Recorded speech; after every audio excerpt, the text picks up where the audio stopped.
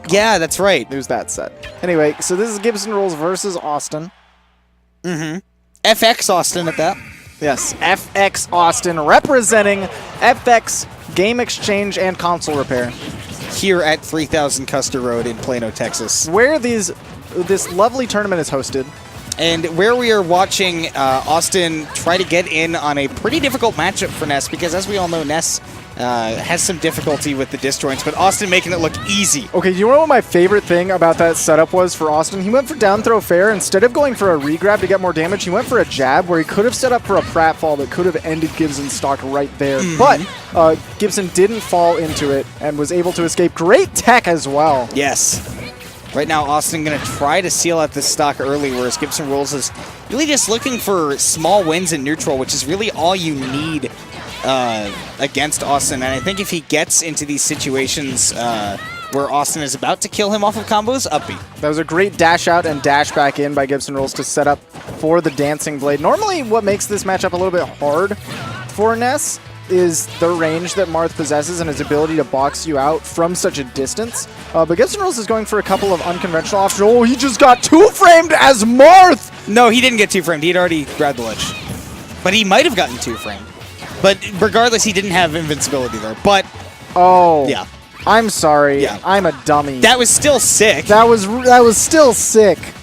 But holy moly. Yeah, Awestin is pretty nuts. I think, personally, just because of the range that Awestin likes to space at, Lucina may be better in this matchup just because you can get in and brawl a little more if you need to. Maybe. I think the problem isn't so much the ranges, it's the options that Gibson is picking at certain ranges. Like, he went for, earlier in the set, a kind of Randy shield breaker that just wasn't the best of ideas, and Awestin came in for a free punish. Right. He's been going for stuff like that, where Awestin just outpatients Oh, that's too low. Yeah. Awestin's just been outpatienting Gibson, so we'll go for an option, and then Awestin runs in, gets punished, gets a bunch of damage, and then Gibson's at a deficit, and he feels like he has to do something, and he can't really play the matchup properly that way. Yeah. So game one going to Awestin. GibsonRules going to switch to the Bayonetta. If I'm not mistaken, GibsonRules also has a Palutena? No. Is that right? No? That was somebody else? That was me. That was you that went Palutena. Never mind. That went Palutena. I was thinking of a different match that you were playing. But yeah. Anyways, game two, Lilat. And this is a pretty good stage for Bayo. I think Awestin was going to ban the Triplats regardless, just because he was already up against a Marth. Maybe. I mean, if he struck to Battlefield, I feel like he was confident enough on them. Because Marths usually like Battlefield more than Dreamland. That's true. Wow, the tilt of Lilat making it so that PK Fire was not able to punish. Yeah. Unfortunate for Awestin. It was literally a Star Wars Episode 3 where he was just, it's over, Awestin. I have the low ground. Normally the high ground is the one that you like in Star Wars universe. In Smash Brothers, if you have the high ground, you're probably losing. Yeah, that's a little bit weird to think about, but it is definitely true. Because that means you're below somebody, like Gibson was trying to get down with that down air, but Awestin smacked him back up with the up air, the big brain blast. Yeah, you got to be very careful not to overextend against characters with killing potential up airs, and Ness is one of those characters. Absolutely. Look at him utilizing this tilt. He's just running in and getting that bullet climax on him. But he got a little bit impatient, just tried to get all up in Austin's face, and Awestin in the close quarters combat has been a little bit better. There we go. That's it.